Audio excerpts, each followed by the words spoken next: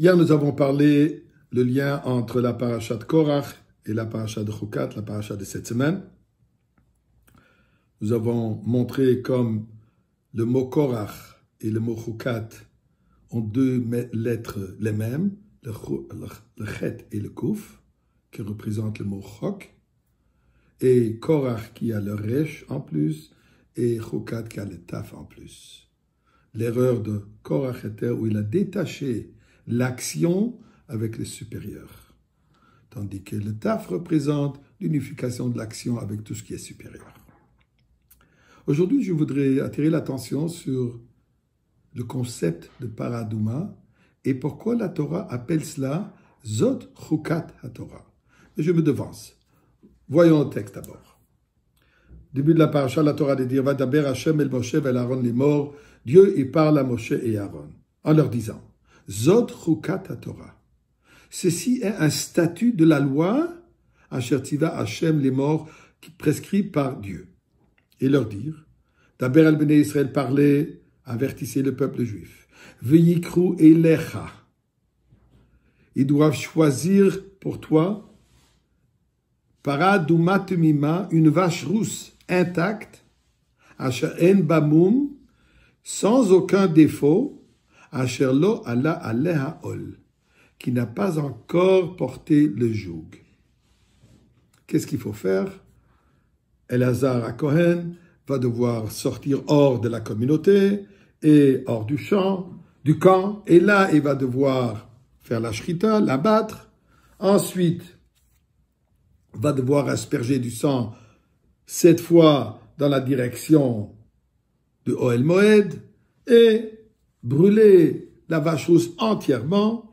Ensuite, prendre du bois du cèdre et ve'ezov, de l'hysope, et ve'shni tolaat, de l'écarlate, et qui va tout s'ajouter dans le feu, va faire un cocktail, et ensuite une personne qui est devenue tamée, impure, va devoir se faire asperger de cet mélange, et là, elle devient tahor, après avoir passé le mikveh.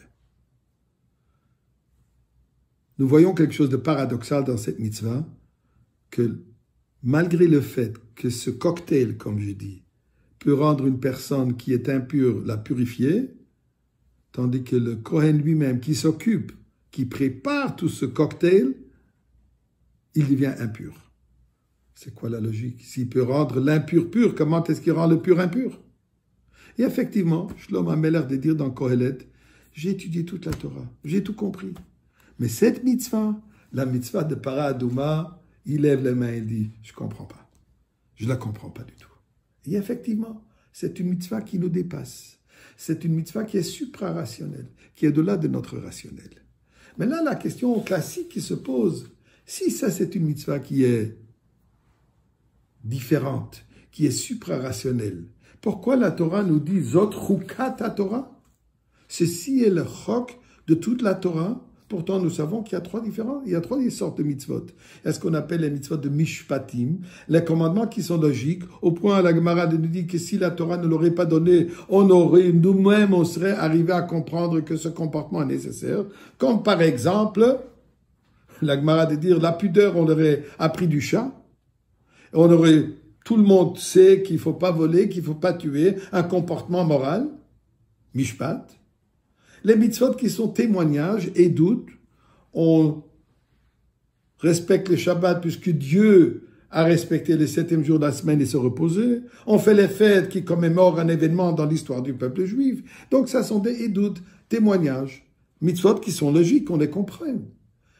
Et pourquoi la Torah nous appelle, toute la Torah c'est chok, chukat HaTorah, la mitzvah qui est irrationnelle? Pourquoi? La majorité des mitzvot sont logiques, et on peut les comprendre. Mais voilà, mes amis, c'est exactement ça ce que la Torah nous enseigne ici. À savoir que toutes les mitzvot, non seulement ces mitzvot qui sont au-delà de notre compréhension, que Dieu ne partage pas avec nous la logique.